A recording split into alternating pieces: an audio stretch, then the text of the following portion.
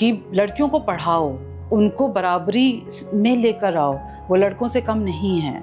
लड़कियों को कहूँ या लड़कों को कहूँ, है ना, अपने काम पर बहुत ज़्यादा मजबूत पकड़ रखने की बेइंतहा ज़रूरत है और मेहनत बहुत करने की ज़रूरत है। Nothing comes easy. इलाहाबाद के रिक्शे वाले से भी अगर आप बात करेंगी ना तो उसके मुंह से भी फिलॉसफी झड़ेगी। सच कह रही हूँ। सो फिलोसफिकल यस, वहाँ की मिट्टी में, वहाँ की आबो हवा में कुछ बात है। बोल के लब आजाद है तेरे। आदाब नाजरीन, मेरा नाम शारिका मलिक है और मैं आप सबका इस्तकबाल करती हूँ बोल के लब आज़ाद हैं तेरे बाय आवाज़ द वॉइस। ये एक छोटी सी कोशिश है हर उस महिला को फीचर करने की जिसने तमाम सामाजिक बंदिशों को तोड़कर अपनी पहचान बनाई है। तो आज मैं आपकी मुलाकात कराऊंगी जोया अहमद हुसैन साहिबा से। बहुत शुक्रिया आपका यहाँ आने के लिए। मुझे ये मौका देने के लिए बहुत बहुत शुक्रिया। हाँ, तो मैं खुद भी बहुत एक्साइटेड हूँ क्योंकि आपने बहुत कुछ किया है एंड आपने वाकई साबित किया है कि you live only once. So you were a journalist, you were a teacher and now you are an author. So how you are feeling? Nice, Allah का बहुत बहुत शुक्र है। मतलब जितना शुक्र अदा करूँ उतना कम है, क्योंकि ये एक बहुत लंबा सफ़र रहा और मुझे ख़ुद नहीं मालूम था कि वो कहानियाँ जो मैं अपने लिए लिखती थी, कुछ 500-600 वर्ड्स की, वो इस मकाम तक पहुँचेगी कि एक किताब की शक्ल में लोगों के सामने मैं पेश कर सकूँगी। तो इसलिए खुश हूँ। या तो सबसे पहले हम वो इलाहाबाद वाली जोया से मिलना चाहेंगे जो एक छोटे शहर में थी और कैसे आपकी परवरिश हुई। तो कोई चैलेंजेस रहे आपके स्कूलिंग के टाइम पे, तो उस पर ज़रा सी रोशनी डालें। मेरे घर का माहौल शुरू से ही ऐसा था कि लड़कियों को लड़कों के बराबर ही तवज्जो दी गई, क्योंकि मम्मी मेरी प्रोफेसर रही थी, प्रोफेसर अतिया निशात खान। वंडरफुल। हाँ, Urdu department, university of Allahabad. तो घर में पढ़ाई लिखाई का ही माहौल था, वेरी सेक्युलर और बहुत ही ज़्यादा फॉरवर्ड थिंकिंग। लड़कियों को बराबरी देने में मम्मी बहुत ज़्यादा यकीन रखती थी, अपने स्टूडेंट्स को भी वो बहुत ज़्यादा सपोर्ट करती थी। तो जाहिर है अपनी औलादों को तो करेंगी ही। तो घर में बाकी सब ने तो आर्ट्स पढ़ा, लाइक मेरी बड़ी बहन, मुझसे छोटा भाई और उससे फिर छोटी बहन। लेकिन मैं ही थी फैमिली में जो साइंस लेकर जिसने पढ़ाई की और इरादा था मम्मी का मुझे डॉक्टर बनाने का। अरे वो डॉक्टर क्या बनी वो तो हुआ नहीं, लेकिन बस दिल्ली आना हुआ। और क्योंकि स्कूल में एक्स्ट्रा करिकुलर एक्टिविटीज़ में आगे रही, डिबेट, एलिक्यूशन, ये सब, तो बस दिल्ली आई और यहाँ पर आज तक उस वक्त शुरू हो रहा था, शुरुआती उसका दौर था। वो आधे घंटे का एक प्रोग्राम आता था डीडी मेट्रो पे। अरे हाँ। और बस अल्लाह का शुक्र है इंटरव्यू दिया और उसमें मेरा हो गया और बस फिर तो नेवर लुकिंग बैक, आगे बढ़ते चले। तो जैसे आपने बताया आपके घर का माहौल काफ़ी मुख्तलिफ था और आपको अच्छा एक एनवायरनमेंट मिला पढ़ने के लिए, ब्लूम करने के लिए। बिल्कुल। हाँ, आपको लगता है कि आपके आसपास जो बच्चियां थीं या आपकी जो दोस्तें रही उनके लिए थोड़े से हालात अलग थे, स्पेशली अपनी कम्युनिटी में, मुस्लिम्स में? नहीं, अल्लाह का शुक्र है। मैंने जो पढ़ाई की वो कॉन्वेंट में रही। राइट। तो कॉन्वेंट में बच्चियाँ आती हैं जो मेरी फ्रेंड्स थी, वो सभी अच्छी फैमिलीज से आना, वेल ऑफ फैमिलीज रहीं। फिर मैंने ग्रेजुएशन बीएससी किया यूनिवर्सिटी ऑफ इलाहाबाद से, तो वहाँ भी वैसा ही माहौल था। तो इनफैक्ट जो मेरे रिश्तेदार मतलब मेरी कज़न्स रहीं, वहाँ तक मम्मी की पहुँच रही और मम्मी का जो इम्प्रेशन था ना कि लड़कियों को पढ़ाओ, उनको बराबरी में लेकर आओ, वो लड़कों से कम नहीं हैं। तो ये मम्मी का जो मैसेज था ना, ये बहुत ब्रॉड और बहुत लाउड थिंकिंग थी। तो घर में तो हो गई, एक्सटेंडेड फैमिली में भी रहा, आस पड़ोस वाले जो मोहल्लेदार हों या कॉलोनी के फैमिलीज आप कह लीजिए, वो सब बहुत इंस्पायर्ड होते थे, मोटिवेटेड होते थे मम्मी से। तो एक तरीके से उन्होंने पूरा एक इकोसिस्टम बिल्ड किया था कि उनके बच्चे जहाँ भी जाएं तो वहाँ पे वो चीज़ महसूस करें। हाँ, लोगों को इंस्पायर कर सकें। वंडरफुल। सो अल्लाह का बहुत बहुत शुक्र है। तो आपने जैसे बताया कि आपने साइंस पढ़ी, फिर उसके बाद एकदम से जर्नलिज्म, तो ये मतलब बहुत ही दोनों चीजें, मतलब एक हजम होने वाली बात नहीं है कि एक बच्चा जो साइंस पढ़ रहा है उसको वो कैसे ख्वाब कैसे देख रहा है जर्नलिस्ट बनने के। पता नहीं, कुछ रहा होगा, क्योंकि मेरे घर में जो माहौल था वो पढ़ाई लिखाई वाला ही था। मम्मी ने रिसर्च की थी उर्दू ड्रामा पे, जी। तो उसके बाद फिर जो भाई बहन है वो सब, छोटा भाई जो है मेरा दानिश इकबाल, वो नेशनल स्कूल ऑफ ड्रामा का पास आउट है। He is doing very well in his career. Artistic. हाँ, he is a film actor. अभी धुरंधर 2 में उन्होंने बहुत अच्छा काम किया है। मेरी बड़ी बहन वो भी पोएट हैं, जो मेरी सबसे छोटी है उसने पापा की तरह वकालत जो है वो लिए फॉलो कर रही है, वो प्रैक्टिस कर रही है। तो घर में आप समझ रही हैं ऐसा ही था एनवायरनमेंट कि बच्चों को पूरी आज़ादी मिली सेल्फ एक्सप्रेशन, अपना सेल्फ लव में रहने की। तो कहीं ना कहीं ये सब चीज़ें मैं एब्जॉर्ब ज़रूर कर रही थी, मुझे ऐसा लगता है। क्योंकि ठीक है, डॉक्टर बनना, एक कमरे में बंद रह के पढ़ाई करना, कॉम्पिटिटिव एग्ज़ाम देना, फिर यूनिवर्सिटी ऑफ इलाहाबाद से ग्रेजुएशन करना बायो में। लेकिन आप बायो में भी अगर ग्रेजुएशन किया तो फिर मुझे गोल्ड मेडल मिला था 12th में अपने साइंस एग्जीबिशन। तो लेकिन जब थिएटर करने की बारी आती थी तो थिएटर भी किया मैंने। It was somewhere in the making and I was absorbing all that was available, was there in my home, in my vicinity. तो मुझे बहुत ज़्यादा मेहनत नहीं करनी पड़ी, क्योंकि मम्मा मेरी वार्डन भी रही यूनिवर्सिटी हॉस्टल की। तो वहाँ पे तो दुनिया के कोने कोने से दीदी लोग आती थी रहने। जी। तो हमारी जो परवरिश हो रही थी ना, वो बहुत ही ज़्यादा सेक्युलर। इलाहाबाद एकेडमिकली खुद भी बहुत स्ट्रॉन्ग है, मतलब क्योंकि बच्चे बाहर से जाते हैं इलाहाबाद यूनिवर्सिटी पढ़ने। और हम जैसे AMU से हैं तो हमने सुना था कि बच्चे या तो AMU जाते हैं, इलाहाबाद जाते हैं। तो मतलब इसमें मैं कहूँगी कि आप काफ़ी ब्लेस्ड रही। हाँ तो बट चलिए, ये तो आपका घर हो गया, और घर जैसा माहौल बाहर मिलना बहुत मुश्किल होता है। तो दिल्ली आके आपको कोई चैलेंजेस फेस करने पड़े हो? जब मैं दिल्ली आई तो जामिया मिलिया इस्लामिया के वर्किंग वुमेन हॉस्टल में रही। राइट। तो रात को जब बुलेटिन होने के बाद लौटते थे तो सबसे बड़ी प्रॉब्लम होती थी कि खाना मिल जाए। अच्छा। तो जो मेरी रूममेट थी वो, अगर भैया उसकी मतलब रहम आ गया तो वो एक प्लेट में मेस से खाना लेके रख देती थी, वो पूरा सूखा ठंडा खाना जो है। लेकिन वो इतना अच्छा लगता था उस वक्त, क्योंकि बहुत तेज़ भूख लगी होती थी, और वो रोटी, वो सूखी सब्जी और दाल खा के हम सो जाते थे। तो लेकिन मैं ये ज़रूर कहूँगी कि मज़ा था, क्योंकि आप काम को एंजॉय कर रहे थे। Right. उसके बाद फिर जामिया से हमारा ऑफिस कनॉट प्लेस के कॉम्पिटेंट हाउस में था। राइट। 2 बस को बदल कर, वो बसें सीधी नहीं चलती थी। जिसने भी उस दौर में दिल्ली की सड़कों पे वो उन बसों को देखा है ना, वो टेढ़ी चलती थी, रेड लाइन और ब्लू लाइन। अब वो हैं भी नहीं। तो वो सब चीज़ें जब आज मैं मुड़कर देखती हूँ तो मुझे अच्छा लगता है कि हाँ, स्ट्रगल किया है तो बढ़िया है ना, उसका रिजल्ट भी तो देखने को मिला, उसका ग्लो दिख रहा है। Thank you. तो फिर जैसे out of curiosity, have you seen any difference for men and women in your industry, in journalism, like if we talk about pay scale, if we talk about amenities? अगर I'm so sorry, मैं फिर वही बात कहूँगी आपको, क्योंकि हाँ। अगर आप अपने काम के लिए ईमानदार हैं ना, राइट, आपको अगर अपना क्राफ्ट पता है तो आई थिंक आपको कोई nobody can devalue you. nobody. लड़कियों को कहूँ या लड़कों को कहूँ, है ना, अपने काम पर बहुत ज़्यादा मजबूत पकड़ रखने की बेइंतहा ज़रूरत है, और मेहनत बहुत करने की ज़रूरत है। Nothing comes easy. और इस माइंडसेट से निकलने की जरूरत है कि हम लड़की हैं, हमारे साथ। मैं ये बिल्कुल बोलती हूँ कि ये क्यों सोचो कि मुझे ना मेट्रो में वो जो एक सीट के ऊपर लिखा होता है महिलाएं, है ना, हैंडीकैप और ज़ईफ जो है उनके लिए वो सीट जो है बुक्ड है। I just don't like that. आप बुजुर्गों के लिए रखिए, और जो फिजिकली चैलेंज लोग हैं उनके लिए रखिए, डेफिनेटली पूरी इज्जत के साथ, मैं भी मानती हूँ इस बात को। बट औरतों को उसमें आप शामिल कर रहे हैं, यानी कि कहीं ना कहीं आपकी जहनियत में कमी है जी। हमें कम मत समझो। राइट।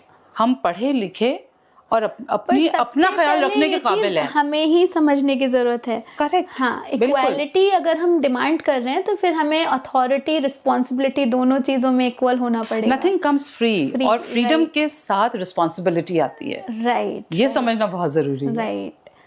तो जैसे जर्नलिज्म इज लाइक दूसरों की आवाज उठाना, है ना, और टीचिंग, दोनों फिर बहुत मुख्तलिफ हो गए, लेकिन इन दोनों चीजों में एक चीज कॉमन है, स्टोरी टेलिंग। जो कि आपकी तीसरे स्विच रोल में पता चल रहा है। हाँ। तो पहले टीचिंग में कुछ बात करते हैं। टीचिंग की ऐसी कोई हाईलाइट हो जिससे आपने बहुत कुछ सीखा हो या जब मैं एक्टिव जर्नलिज्म में थी तो डेफिनेटली रिपोर्टिंग, एंकरिंग और मैंने प्रोग्राम्स बनाए। जर्नलिज्म इज व्हाट कि आप जाते हैं, जिंदगी को करीब से देखते हैं और उन कहानियों को लाकर लोगों के सामने यू आर अ कनेक्टिंग, है ना, you are a connect between the world and the real world, ऐसे करके ऑडियंस, आपके व्यूअर्स जो हैं।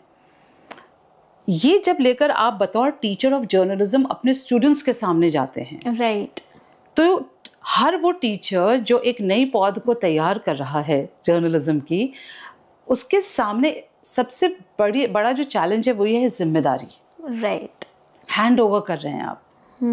तो हर वो जर्नलिस्ट जिसने बहुत कुछ ईमानदारी के साथ किया है ना, अपने दौर में, वो उसी ईमानदारी के साथ अपने स्टूडेंट्स को हैंड ओवर करे, पास ऑन करे। तो यहाँ मुझे लगता है हम टीचर्स जर्नलिज्म के बहुत अहम रोल अदा करते हैं, राइट, है ना, क्योंकि न्यूज़ इज एवरीथिंग। आप खबर को किस तरह से कैसे कवर करिए और कैसे पेश करिए, एथिक्स के साथ, मीडिया एथिक्स के लिए। Because teaching and teaching journalism is two different things. बिल्कुल, लेकिन जिसने खुद प्रैक्टिस किया है ना, राइट, एक्टिव जर्नलिज्म में रहा है, मेरे ख्याल से उसके लिए बहुत ज्यादा चैलेंजिंग नहीं है। राइट, वो उसको उसी तरह से अपने स्टूडेंट्स से वो कनेक्ट करता है। और सबसे इंटरेस्टिंग बात ये कि जो स्टूडेंट्स हैं वो बड़ा लुकअप करते हैं, यू नो, कि आपकी, हाँ, वो जो टीचर और स्टूडेंट का बॉन्ड है वो बहुत ही ब्यूटीफुल होता है। Right, it's only that you have to just feel it कि कितने बड़ा रोल आप इस सोसाइटी में अदा कर रहे हैं, एक नई पौध को तैयार करना, और वो भी पत्रकार। इट्स वेरी, आई मीन, आपको डर नहीं लगता कि लोग आपको लुकअप कर रहे हैं तो आपको परफेक्ट होना चाहिए? मैंने अब मेरा जो करियर ग्राफ रहा है वो ऐसा रहा है कि मैंने हर तरह की बीट्स को कवर किया है, पॉलिटिक्स, है ना, एजुकेशन, हेल्थ, मैंने स्टिंग ऑपरेशंस भी किए हैं। यस, यस, तो मतलब ठीक है, ऐसा टीचर अगर स्टूडेंट्स को मिलता है और स्टूडेंट्स उससे प्यार करते हैं, उसकी इज्जत करते हैं, तो और क्या चाहिए। इंस्टीट्यूट हाँ, they say कि Zoya ma'am is an ocean, उनसे जितना भी लेते रहो कम है। तो वही मैं कहती हूँ ना, अल्लाह का बहुत बहुत करम है। Really thankful. So we can clearly see that you have been loved throughout, and that reflects in your art also. Yeah. I want to ask one thing, I'm a millennial, है ना, and ये आजकल बहुत चल रहा है क्योंकि आप टीचर रहे हैं तो आपने मुख्तलिफ जनरेशंस को डील किया होगा। अब जेनजीज को कुछ चीज़ों के लिए ट्रोल किया जाता है या पहले मिलेनियल्स को किया जाता था, तो आप इसमें क्या मानते हैं? मतलब what's the key to deal with every generation? Like how can you bridge the gap, generation gap? I don't have much to say about this because trolling and all, it's a game जहाँ players involved हैं. Right. There's an action or reaction का, I think, a combination. So it's a very different world. And अभी मेरा उससे वास्ता हुआ नहीं और ना मैं चाहूंगी भी कि कभी कुछ ऐसा हो. So I don't have very much to say about it. मतलब in personal level, how you deal with different generations, or you are same Zoya Hussain? I am Zoya Ahmed Hussain. Yes. बिल्कुल, मैं अपने students के लिए, अपनी family में, हर उस role में I remain the same. You remain the same. Committed. Which is really cool. I mean, you are not losing your identity. No. Yes, wonderful. No. So how you gained that? You were naturally like this? मैं शुरू से ऐसी ही हूँ। अच्छा। और मुझे जो लोग मिलते भी हैं ना, वो यही कहते हैं, जोया बदलना मत, always remain like this. तो मैं क्यों बदलूं? लाइफ में मतलब कभी ऐसा हुआ कोई success? Of course you have seen success, so you must have seen failures as well. Why not? So how, I mean, देखिए कुछ तो मंत्र होगा ना इसका कि you are so calm and composed and neutral in both the situations. मैं आपको रिपोर्टिंग का एग्जांपल दूंगी. ज़रूरी नहीं था ना कि हर बार आप जिस रिपोर्ट का पीछा कर रहे हैं वो आपको बहुत आसानी से मिल जाए. शॉर्ट्स नहीं मिलते आपको, लोग तैयार नहीं होते बात करने के लिए. कितनी बार हम लोग पेड़ के पीछे छुप के बैठे हुए होते हैं कैमरा लेके कि अब आएगा, अब पर्टिकुलर शॉट मिलेगा. You have to chase your report.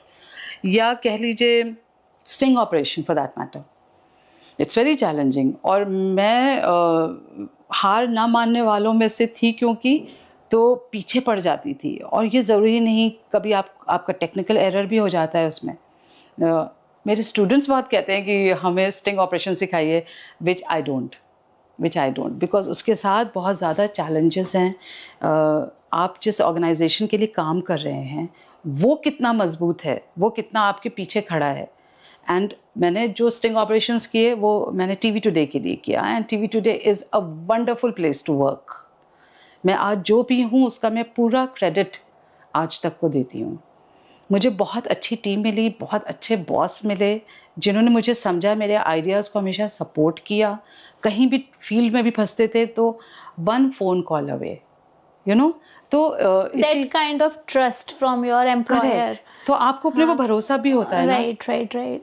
और मेहनत करने का जो वो जज्बा है वो उसको भी बढ़ावा मिलता है कि नहीं और लाते ना, मतलब मेहनत करते रहो, ऐसा था। Wonderful. But that was golden age, ये भी मैं बोलूँगी, era of journalism, and I thoroughly enjoyed that. हाँ, अब तो ये आपकी बात हो गई journalism, then journalism come teaching, and now come to your favorite role, as I can see that you're enjoying that, and the current role, I must say, being an author. Yeah. So how this happened, like पहली कहानी आपने कब लिखी? मैं आपको बताती हूँ अपने बचपन के ना एक शॉर्ट स्टोरी। तो घर में क्या था कि वो पहले चलता था HMV record player, LP HP करके ना। तो मम्मी हमारी वो कहानियों का एक छोटा सा रिकॉर्ड लेके आई थी HP, उसमें सारी कहानियाँ थी, गाने थे, नानी तेरी मोरनी को मोर लेके, वैसा वाला टाइम। और पापा मेरे ही वॉज लॉयर, तो मोहम्मद इकबाल अहमद। तो पापा कहीं इंडिया से बाहर गए थे और वो हम बच्चों के लिए ऑडियो कैसेट लाए थे, उसमें कहानियाँ थी। I used to love listening to दो स्टोरीज। कहानियों का जो नाता है वो वहाँ से एक्चुअली शुरू हुआ, जो फाउंडेशन स्टोन था। उसके बाद फिर इलाहाबाद में एक बहुत मशहूर लेखक रहे हैं, उपन्यासकार, उपेंद्र नाथ अश्क साहब। तो मैं मम्मी के साथ ना अश्क साहब के घर जाया करती थी, छोटी सी, I must have been in 2nd 3rd class. तो मम्मी और अश्क साहब का डिस्कशन होता रहता था और मैं बड़े गौर से बैठकर उनको सुना करती थी, और घर वापस आकर फिर अश्क साहब की मैं कॉपी करती थी। वो नमकीन मुंह में खा, थोड़ा सा लेके और फिर बुक पढ़ते रहना। कहीं ना कहीं बहुत इम्प्रेस होती थी मैं इन सब चीज़ों से। उसके बाद फिर कट टू ये हुआ कि जर्नलिज्म में बतौर रिपोर्टर अपनी स्क्रिप्ट लिखनी होती है, लेकिन जो फिक्शन राइटिंग है वो मैंने शुरू किया 2020 में, जब कोविड आया। कोविड ने जब हमला बोला, और मैं इंडिया टुडे मीडिया इंस्टीट्यूट में थी बतौर सीनियर असिस्टेंट प्रोफेसर। हाँ, तो वक्त मिला क्योंकि ऑनलाइन क्लासेस होते थे, एंड मम्मी मेरे पास उन दिनों थी, वो रिटायर हो गई थी, तो she was in Delhi only हमारे पास। तो क्लासेस लेते और फिर चाय वाय बना के मम्मी के साथ बैठकर गपशप होती। तो मम्मी बड़े मज़े मज़े की कहानियाँ सुनाती थी, कभी फिराक गोरखपुरी साहब की, है ना, मिर्ज़ा गालिब, तो जोश, इकबाल, ये सारा सब कुछ चलता था। उन्हीं दिनों मैंने पहली कहानी लिखी, और वो कहानी मेरी जो थी वो चाइल्डहुड मेमोरीज से, जो उन किरदारों से मैं मिली हूँ कभी, या कभी किसी से कहानी किस्सा सुन लिया ना, वो मैंने पहली कहानी लिखी। और मम्मी को जब सुनाया, it was very short, 500-600 words की। तो मम्मी ने कहा कि तुम्हारी तो स्टाइल ऑफ राइटिंग क़ुरैतुल ऐन हैदर और इस्मत चुगताई और मंटो से मिलती हुई है। और मैं शॉक रह गई थी, बिकॉज मैं साइंस के बाद मैंने पॉलिटिकल साइंस पढ़ा, मास कॉम किया, और कभी मेरा जो है टाइम ही नहीं मिला कि मैं उर्दू लिटरेचर को एब्जॉर्ब कर पाती। राइट। तो ये कहाँ से आ गया? और मम्मी कह रही कि स्टाइल ऑफ राइटिंग, तो बस मुझे लगा यार ये तो बहुत ज़्यादा तारीफ हो गई है। मुझे ये तो मालूम था कि ये नाम सारे बहुत बड़े नाम है उर्दू लिटरेचर के। तो बस इतना सा एक इत्तेफाक था। उसके बाद फिर मम्मा मेरी बड़ी बहन के पास चली गई, और मैंने लिखना जारी रखा एक के बाद एक कहानियाँ। ये सारे उन किरदारों की थी जो मैंने बचपन, मतलब बड़े होते हुए सुनी थी, या कुछ कैरेक्टर्स जिनसे मेरी कभी मुलाकात हुई होगी, जिनको मैंने बहुत करीब से ऑब्ज़र्व किया। और एक और बहुत मज़ेदार बात यह है कि अपने स्कूल में ना 3rd 4th क्लास तक मैं बोलती नहीं थी। Right. I used to just keep very quiet. तो टीचर्स भी फ्रस्ट्रेट हो जाती थी, मगर उसी के साथ ये था कि I was observing my vicinity, what all was happening. उन्हीं में ये सारे कैरेक्टर्स भी आई थिंक कहीं ना जहन में बैठे थे। Those observations you have just penned down. तो जब मैं लिखने बैठी, मुझे वक्त मिला, तो वो सब निकल आए, you know, and they started saying कि यू नो मेरी कहानी पहले लिखो, and that is how I started writing. Like you said that you were on TV that time back then. Which year it was? मैंने anchoring start की है 2003 में। 2003, right? Yeah. So उस टाइम पे मुझे नहीं लगता बहुत ज्यादा लड़कियां इलाहाबाद से टीवी पे आती होंगी। क्या रिएक्शन था? मतलब I think I was the first one. हाँ, कोई भी नहीं रहा होगा। तो क्या रिएक्शन था आस पड़ोस में उसको? मेरे पापा बहुत खुश होते थे मुझे देखकर, मम्मी भी बहुत खुश होती थी, मगर इलाहाबाद क्योंकि वहाँ तब तक इतनी जर्नलिज्म को कह लीजिए, मतलब है तो पढ़े लिखों का ही शहर। मैं समझ गई, मेन स्ट्रीम नहीं मानते होंगे या फिर समथिंग लाइक दैट। हाँ, लेकिन वो धीरे धीरे जैसे ही वो पिक करना शुरू किया 24 घंटे का चैनल, हाँ. तो बड़ा मज़ेदार होता था। मम्मी की जो स्टूडेंट हैं, एक उन्होंने अपनी बेटी जो पैदा हुई उसका नाम जोया रखा। वंडरफुल। और फिर जब मम्मी उन लोग के घर, मम्मी ने बताया था जब मैं गई थी कि मैं घर गई तो अपनी छोटी बेटी को बुला के कहा कि बताओ तो जोया कैसे बोलती हैं। फराज साहब का शेर मुझे अच्छे से याद नहीं है, लेकिन उसका मफहूम ये है कि और कितनी मोहब्बतें चाहिए तुझे फराज। वाह वाह, बहुत खूब। हाँ, तो उसने वैसे ही बोला था, जोया अहमद हुसैन, दिल्ली आज तक। तो मम्मी को बड़ा अच्छा लगता था कि यू नो मेरी बेटियां जिनमें उन्होंने इतना भरोसा किया, पढ़ाया लिखाया और उनको पूरी तरह से आज़ादी दी अपने करियर को परस्यू करने के लिए, तो they are all doing good. आपको ये लगता है, जैसे मुझे भी कहा गया था कि जब मैं, हालांकि मैं इससे थोड़ा सा इत्तेफाक नहीं रखती हूँ कि बेटियों पे बहुत ज़्यादा ऑनर जुड़ा हुआ होता है, तो मुझे भी कहा था कि आप जा रहे हैं तो आप अपने शहर रिप्रेजेंट करते हैं, तो लेकिन आपको ऐसा लगा कि आपके बाहर जाने से और लोगों के लिए रास्ते आसान हुए? क्यों नहीं? यू लेड एज एन मम्मी मेरी, जब मम्मी की मैं बात करती हूँ तो मम्मी हम सारे भाई बहन के सामने मम्मी was a role model. Right.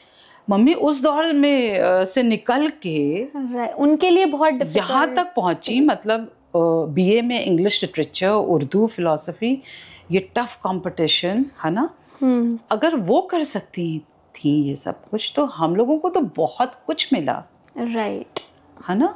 और हमें देखकर हमारे छोटों, मतलब मैंने अपनी बहन को देखा, इस तरह से हम सब भाई बहन एक दूसरे को कॉम्प्लीमेंट करते थे और मोटिवेट करते थे। और ये चीज़ बाकी दूसरी फैमिलीज में भी गई, यू नो, अक्रॉस, मैं कहूँगी। वंडरफुल। तो मैं जैसे देख सकती हूँ कि आप बहुत बेबाक हैं, बोलती हैं, और लेकिन आपके साथ ये एक अच्छी बात थी कि आपके पेरेंट्स की ढाल रही है आपको, लेकिन फिर भी मतलब अब मैं इसमें कोई क्वेश्चन ही नहीं बचता है कि रिश्तेदारों ने कुछ कहा होगा तो आपको अफेक्ट करा। अरे कभी किसी ने कुछ नहीं कहा, नहीं कहा, कभी नहीं। I think Allahabad is a good place to live in.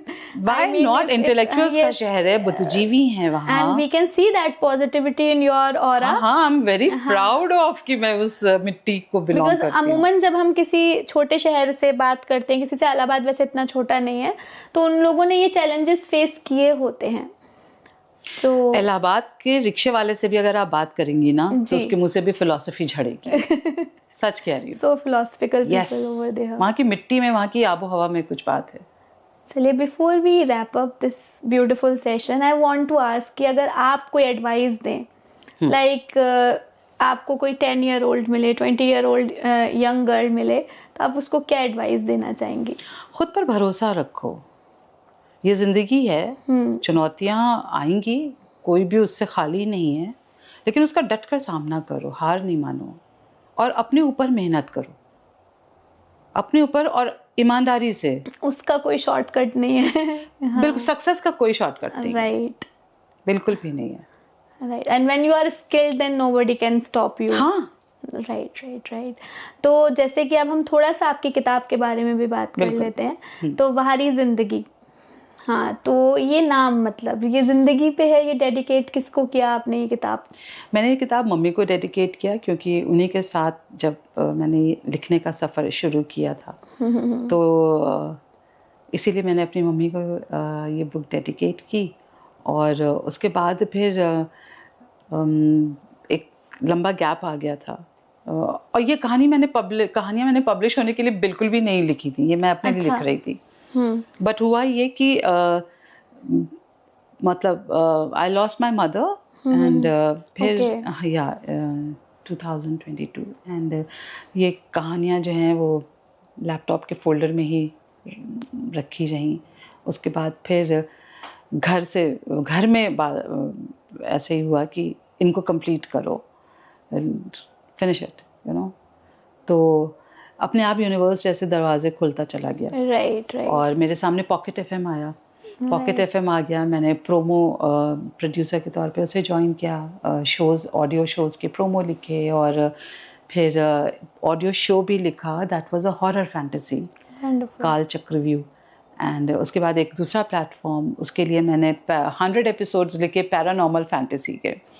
And इतना ज़्यादा बिजी हो गई थी कि इन कहानियों का नंबर ही नहीं आ रहा था।